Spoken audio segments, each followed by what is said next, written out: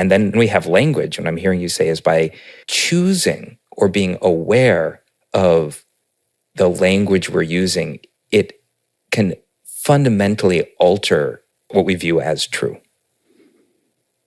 I certainly think of language as a technology. It's a very old technology. And one thing that's maybe a little bit different between language and the other things that you mentioned is how universal of an experience it is. So if you grew up in a particular cultural community, you might play music or you might not play music, right? You might participate in certain drug rituals, you might not participate in those rituals. But if you're going to be a useful member of that community, the chances of you acquiring the language of that community and linguistic practices of that community are very close to 100%. And then you're acquiring, without realizing, also all of the ideas that have been built into that language by thousands of years of humans before you. And a lot of those ideas are really smart, fabulous things. We inherit so much free knowledge from our ancestors through the language without even realizing it. But it also comes with habits of thought and kind of trenches for your mind to travel. Since it sounds like we're having a nerdy conversation, I can use this phrase. I think of language and culture as reducing cognitive entropy, right? When you're participating in a particular linguistic or cultural community, you're being guided into thinking in particular ways, and those could be wonderful, smart ways that you never would have come up with on your own or have been really, really hard to come up with on your own. But at the same time, there's so many other ways to do it, and you're unaware of those ways because you're kind of stuck in these little trenches that your language has made for you. Yeah. I just realized we didn't ask you, could you define the Sapir Whorf hypothesis?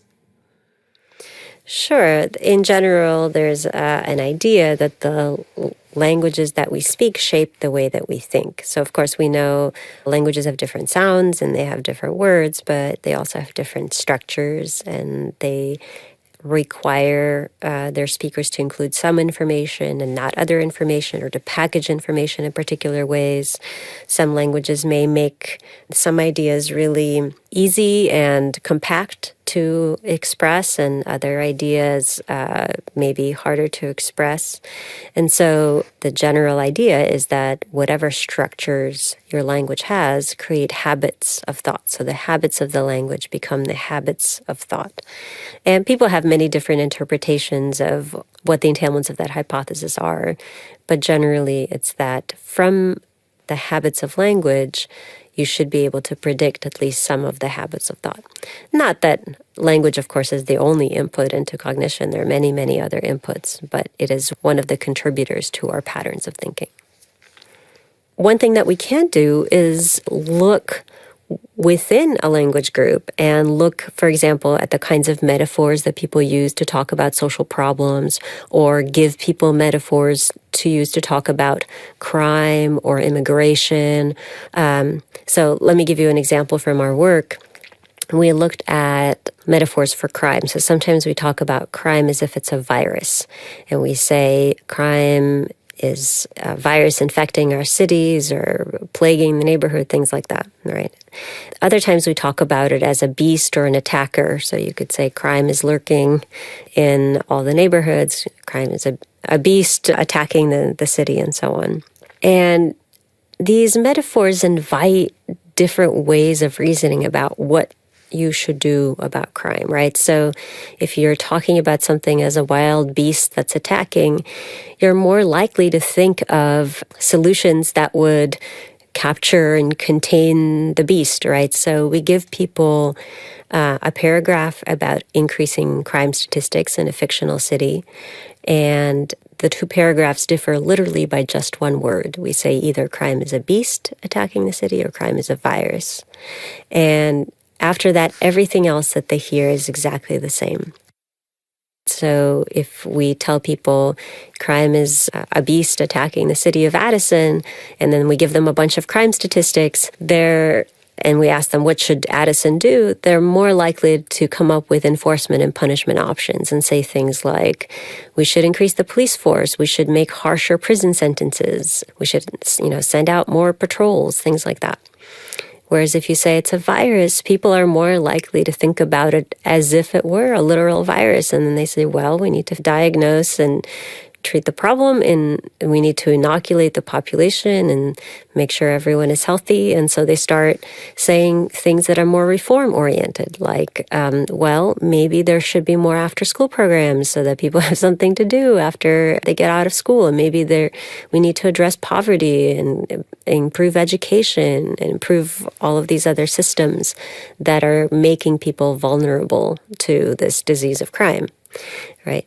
And the thing that's remarkable to me about what we see in these studies is how big of a difference a single metaphor can make. The difference that we can get as a result of this is sometimes as big as the difference in opinion between Democrats and Republicans on the same question. And we tend to think of, a topic like crime as this very politicized topic where Republicans and Democrats are very different in their opinion. But just by changing this frame of getting people to think of it as a virus or getting people to think of it as a beast, we can get as big of a shift in opinion. And what's even further interesting to me is that people don't realize they're being influenced by the metaphor, right? So if we ask them, what was most influential in your thinking about this, in your reasoning? Why did you give the suggestions that you gave? Almost everyone will go back and say, well, look at these numbers that you gave me, these rising crime statistics, right? That we all want to think that we're making these very rational decisions that are based on facts and numbers.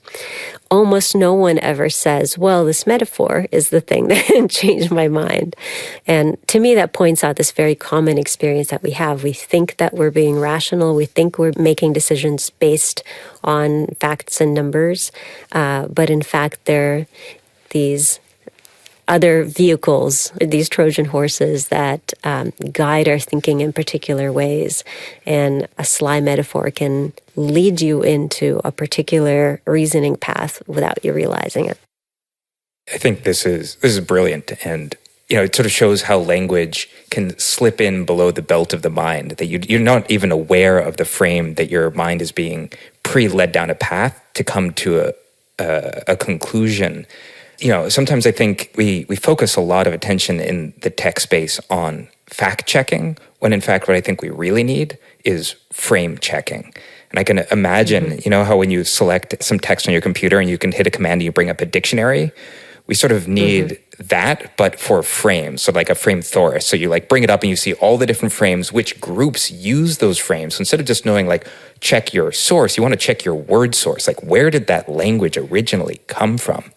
I'm also thinking about, I think to quote one of your papers, it appears that abstract thinking is built on representations of more experience-based domains and not necessarily on the physical experience itself, which makes me think of Elizabeth Loftus's work on eyewitness testimony, where you show a witness a car hitting, say, a stop sign, and you ask them to recall that event. And if you say the car tapped the stop sign, was there glass? They'll say no. And if you say if the car crashed into the stop sign, was there glass? They'll say yes, even though they saw the exact same thing. It was the language that changed their memory.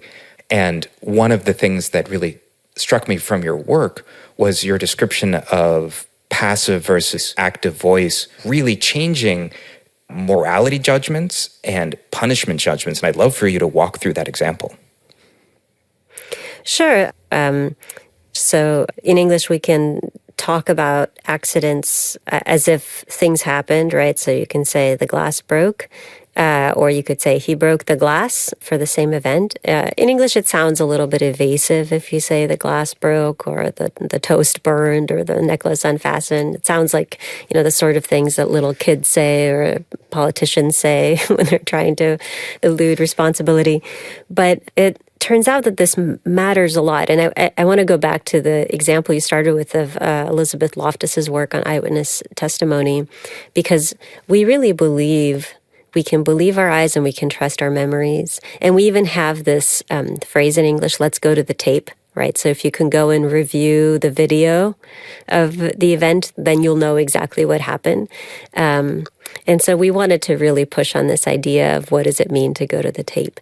And so at the time when we were doing this research, we needed a famous accident or a famous event that could be described two different ways.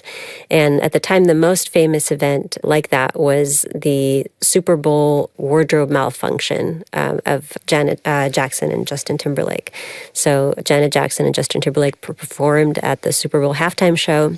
And in the last dance move, he reached across her body, and one of her breasts was partially revealed for 9/16 of a second on national television. And this created a huge uproar. People were so incensed that it quickly became the most TiVoed event of all time. And the FCC attempted to fine CBS $550,000 for this. And so we knew that all of our participants in the study would have seen the event already, and we could show them the video of the event again. And we thought, okay, well, we can give two different descriptions of this event. So we say, okay, they were performing in the Super Bowl halftime show, and in the final dance move, one group hears, "He unfastened a snap." The other group hears, "A snap unfastened," right? So we just changed whether it's agentive or not agentive. And then we ask, how much is Justin Timberlake to blame, and how much of the $550,000 should he have to pay? What we discovered is even if people could look at the video themselves right in the moment, right, they could go to the tape, they were still incredibly influenced by the way the event was described. So people who heard "he unfastened the snap" wanted to charge him 53% more than people who heard the snap unfastened, right? Even though they were watching exactly the same video. And they blamed him more if they heard the agentive version. So to me, that really pushes on this idea, again, of how much we believe we're perceiving reality the way that it is, and how much of what we're making judgments on we think is based in a rational, clear perception of physical reality, as opposed to how much of it is constructed by all of the ideas that we have surrounding whatever it is that we see. And those ideas, of course, come not just from our own minds, but from the minds of other people through language, through cultural practices, and so on.